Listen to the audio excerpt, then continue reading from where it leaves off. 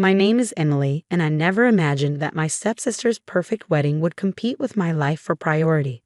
At 25, I was diagnosed with a serious kidney condition, just as Amanda, my stepsister, was planning her dream wedding. The timing felt cruel, but it revealed exactly where I stood in my family's hierarchy. I wasn't always the overlooked one. Growing up, it was just Dad, Mom, and me in a modest but loving home. That changed when Mom passed away from breast cancer when I was 12. Her loss left a void in our lives. 6 months later, Dad met Sarah at a grief support group. She had a daughter, Amanda, 2 years younger than me. Within a year, we became a blended family that seemed straight out of a Hallmark movie, on the surface at least. At first, everything felt promising. Sarah was kind, albeit a bit reserved, and Amanda and I coexisted peacefully. We shared clothes, studied together, and played the part of the happy family. Dad looked happy again, which was all I cared about. But as the years went on, small cracks started to show. When Amanda needed braces, she got the best invisible ones. When I needed them a year later, money was suddenly tight, and I got metal braces. For her 16th birthday, Amanda received a car. I got driving lessons and a nudge to start saving up. These little discrepancies added up, but I convinced myself I was being too sensitive. Sarah was Amanda's mother, after all, and Dad, I figured, was just trying to keep the peace. I worked hard to compensate, earning scholarships and juggling part-time jobs to put myself through school. By the time I graduated and started working at a marketing firm, Amanda was still living at home, finding herself and working part-time at a boutique. I told myself that wasn't my business until the headaches started. At first, I dismissed them as stress from staring at a screen all day, but they got worse, accompanied by swelling, dizziness, and fatigue. One morning, I barely recognized myself in the mirror. My face was so bloated it felt foreign. A doctor's visit confirmed my fears: chronic kidney disease. It would worsen without immediate surgery, followed by dialysis and eventually a transplant. The cost? $85,000 after insurance. I didn't know where to turn. My savings were modest, and my insurance barely scratched the surface. Desperate, I brought it up at our next family dinner, where Amanda was already in full wedding planning mode. She showed off her massive ring while Sarah beamed with pride. When dessert came, I finally spoke.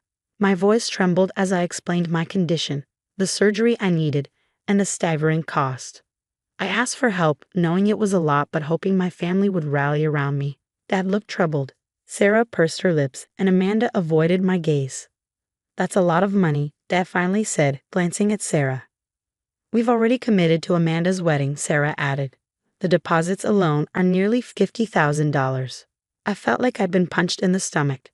"I'm not asking for all of it," I said, trying to keep my voice steady. "Just anything you can manage. I'll take loans for the rest." Dad shifted uncomfortably. "Maybe after the wedding, we can reassess." I blinked, stunned. "The surgery can't wait. The doctors say 6 weeks max." Amanda finally looked at me, her face pinched with irritation. "You're being selfish, Emily. This is my wedding, my special day. You can't expect us to ruin it because of your health issues." Her words stung, but Sarah's cut deeper. "Amanda's right. You're young and strong. You can handle being sick a little longer. This wedding is a once-in-a-lifetime event." I turned to Dad, silently pleading with him to step in, to defend me. He stared at his plate, pushing a crumb of pie around with his fork. "I see," I said quietly, rising from the table. The legs of my chair scraped loudly against the floor. "Thanks for making your priorities clear." "Emily, don't be dramatic," Sarah called as I grabbed my bag. "We're just being practical." I didn't respond. I closed the door behind me and sat in my car, staring at the house where laughter and wedding chatter continued as though nothing had happened. 3 months later, I had scraped together enough for the surgery, loans, credit cards, and sheer determination. My recovery was slow, and no one visited me in the hospital. Amanda sent a single text asking if I'd still fit into my bridesmaid dress after dialysis-related swelling. Life moved on. I returned to work, drowning in medical bills while juggling my job and dialysis. My family dinners became wedding planning sessions I no longer attended. Through it all, I wondered if Mom would have let this happen. Would she have allowed her daughter to struggle for survival while her husband funded another child's extravagant wedding? I thought the worst was behind me, but life wasn't done delivering its twists. One unexpected turn would force everyone, Amanda, Sarah, and even Dad, to confront the consequences of their choices. And this time, it wouldn't be me fighting alone. The call came on a Tuesday evening, just as I was getting ready for my dialysis session. My phone lit up with Dad's number, the first time he'd called in months. "Emily," he said, his voice trembling. "We need to talk. Can you come over?" I almost laughed. After months of silence, after choosing Amanda's wedding over my health, now they wanted to talk. "I'm about to start dialysis," I replied coldly. "Whatever it is can wait." "Sarah's sick," he blurted. "Her kidneys are failing. She needs a transplant." The irony hit me like a punch to the gut. Of all the possible health problems, it had to be kidney failure. I sat in silence, the only sound in the room the steady hum of my dialysis machine.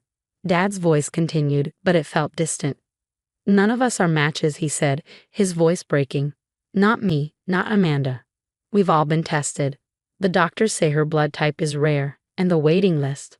They don't know if she has much time." I knew what was coming next. The storm was building. Would you get tested? To see if you're a match? 3 months of silence. 3 months of fighting medical bills, of hospital visits, of watching them plan an extravagant wedding while I barely scraped by. And now they wanted my kidney. "I'll think about it," I said, my voice flat, before hanging up. The next day, I went to the hospital, not to get tested, but for my regular checkup. Dr. Chen, who had been treating me since my diagnosis, noticed something was off. "Your blood pressure is higher than usual," she said, scanning my charts. "Is everything okay?" Before I knew it, I was telling her everything about Sarah's diagnosis, Dad's call, the wedding, and how they'd abandoned me when I needed them most. Dr. Chen listened quietly, then said something that stopped me cold. "Emily, did they tell you that kidney donors often can't donate if they have kidney disease themselves?" I stared at her. "What your condition is genetic," she explained gently. "You're on the transplant list yourself. Even if you wanted to, you couldn't donate. Not without seriously risking your own life." I felt a weight lift off me, but it was quickly replaced by guilt. Why did I feel relieved? Shouldn't I want to help Sarah? But Dr. Chen wasn't finished. "What concerns me is that your family didn't know this. Didn't they ask about your condition? About your treatment?" They hadn't. Not once in 3 months had they asked how I was doing. They'd been too consumed with wedding plans. That evening, I got another call, this time from Amanda. "Why aren't you answering Dad's calls?" she demanded. "Don't you care that Mom is dying? Like you cared when I was dying?" I snapped back. "That's different. You're young. You can handle it. Mom needs help now." "I can't donate," I said flatly. "I have kidney disease too, remember? The one you all ignored while planning your perfect wedding." There was a long pause. "Well, can't you at least get tested? Maybe they were wrong about your diagnosis. I'm on the transplant list myself, Amanda. I literally need a kidney too." Another pause. But Mom's condition is serious." "So is mine. Has been for months. But you were all too busy picking out flower arrangements to notice." The line went dead.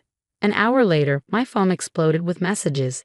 Dad begging me to reconsider, Sarah writing long paragraphs about family obligations, Amanda alternating between guilt-tripping and threats. I blocked them all. A week later, I was leaving the dialysis center when I saw them, Dad, Sarah, and Amanda, standing by my car. Sarah looked awful, pale, swollen, just like I had months ago when I was at my worst. "Emily, please," Dad started. "We need to talk about this." "There's nothing to talk about," I said, trying to move past them to my car. "I literally cannot donate. End of story." "But you haven't even tried." Amanda cried. "You haven't even gotten tested." "Because I'm already sick," I shouted, my patience snapping. "I'm on dialysis 3 times a week. I'm on the transplant list. I have the same condition Sarah has." "You're lying," Sarah said suddenly, her voice sharp. "You're just saying that because you're angry about the wedding money." I stared at her, incredulous. "You think I'm lying about being sick? Where do you think I just came from?" I gestured toward the dialysis center behind me. "Where have I been every Monday, Wednesday, and Friday for the past 3 months? If you were really that sick, you would have told us," Dad said weakly. "I did tell you." My voice cracked. "I told you I needed surgery. I told you I was sick. You chose to spend the money on Amanda's wedding instead. You ignored my calls, my texts. You chose not to visit me in the hospital. You chose flowers and table settings over my life. That's not fair, Amanda protested. It was my wedding. And this was my life, I screamed. I could have died. I still could die. But none of you cared as long as Amanda got her perfect day. Security was approaching now, drawn by our shouting, but I wasn't done. You want to know the really funny part? I laughed bitterly, tears streaming down my face. If you had helped me with my surgery when I first asked, if you had spent even half of what you spent on that wedding on my medical care, I might have been healthy enough to donate now. But you didn't. You made your choice, and now we all have to live with it. I got in my car and drove away, leaving them standing there. In my rearview mirror, I saw Dad holding Sarah as she cried, while Amanda stood awkwardly, probably realizing for the first time that her perfect wedding might cost her mother's life. That night, alone in my apartment, I stared at old family photos. Photos from before Mom died, when Dad's love felt unconditional. Photos from the early days of our blended family when we really tried to make it work. Photos from Amanda's engagement party where I had smiled through my pain to keep the peace. My phone kept lighting up with messages from unknown numbers, extended family members, each telling me how selfish I was, how I was letting Sarah die, how a daughter should sacrifice everything for her mother. But Sarah wasn't my mother. My mom had died 13 years ago, and with her, the father who would have moved mountains for his daughter. The father who now couldn't even be bothered to visit me in the hospital. As I sat there, hooked up to my dialysis machine, I wondered what Mom would think of all this. Would she understand my refusal? Or would she be disappointed in me? Then I remembered something she had said near the end. Love shouldn't hurt, Emily. Not like this. When someone loves you, really loves you, they don't make you choose between their happiness and your survival. I looked at my reflection in the window, my tired eyes, my swollen face. I thought about the crushing debt, the lonely hospital stays, the missed work days, and Amanda's $100,000 wedding. Money that could have saved my life. They had made their choice. Now they had to live with it, just like I had to live with mine. But life wasn't done with us yet. 6 months later, the news came. I was at work when my cousin Rachel called. Sarah got a transplant. She's going to be okay. I felt my knees go weak. That's good. It wasn't Amanda. Rachel continued, her voice quieter. She backed out at the last minute, said she couldn't risk her health with a baby coming. I hadn't known Amanda was pregnant. Life goes on, I suppose. Dad donated his kidney, Rachel added softly. He's in recovery now. I sat at my desk, processing it all. Dad had donated his kidney. The same dad who couldn't spare money for my surgery had given up an organ for his wife. I couldn't make sense of it. A week later, I got an email from Dad. He was home from the hospital, recovering well. Sarah was doing better. He wanted to talk. I agreed to meet him at a coffee shop, a neutral place. He looked older, worn down, still moving carefully, as though each step reminded him of what he'd given up. I understand now, he said, his voice thick with emotion. What it feels like to be in that hospital bed. To need help, and his words trailed off. And have no one there. I finished for him. He nodded, tears welling in his eyes. I failed you, Emily. I failed you so completely, and I don't know how to fix it. You can't, I said simply. Some things can't be fixed. 3 months later, Amanda gave birth to a baby girl. They named her Sarah, after her grandmother. I found out through Rachel. I wasn't invited to meet my niece. My condition stabilized with regular treatment. The doctors are optimistic about a transplant within the year. I'm doing okay. Sarah recovered fully. She and Dad sold their house to pay off Amanda's wedding debt and medical bills. They now live in a small apartment. Amanda and Mark moved to another state for his job. Then, last week, I received a package. Inside was Amanda's wedding album and a letter from Sarah. I look at these photos now, she wrote, and all I see is what we lost. $100,000 worth of flowers and food and decorations, and we lost something priceless. We lost you. I put the album in my closet without opening it. Some memories are better left unexplored. Dad still sends emails now and then. He tells me about his recovery, Sarah's progress, the apartment. He ends every email the same way. I love you. I'm sorry. I understand if you never forgive me. I haven't responded yet. Maybe someday I will. Yesterday, I passed a bridal shop. In the window was a massive wedding dress, probably worth thousands. I thought about Amanda in her perfect dress, about Sarah in her hospital gown, about Dad in his recovery bed. Sometimes the most expensive things in life aren't the ones with price tags. Sometimes it's the things we lose when we choose wrong. The relationships we break, the trust we shatter, the love we take for granted. I'm still on dialysis, still waiting for my transplant. But I'm not waiting alone anymore. My friends from work visit regularly. Rachel calls every day. I've built my own family, one that doesn't make me choose between their happiness and my survival. Mom was right. Love shouldn't hurt like that. The wedding album sits in my closet, gathering dust.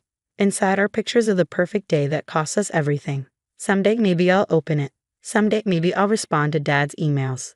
Someday maybe I'll meet my niece. But not today. Today, I'm focusing on healing, not just my kidneys, but my heart too. Because sometimes the most important choice isn't between life and death, but between holding on and letting go.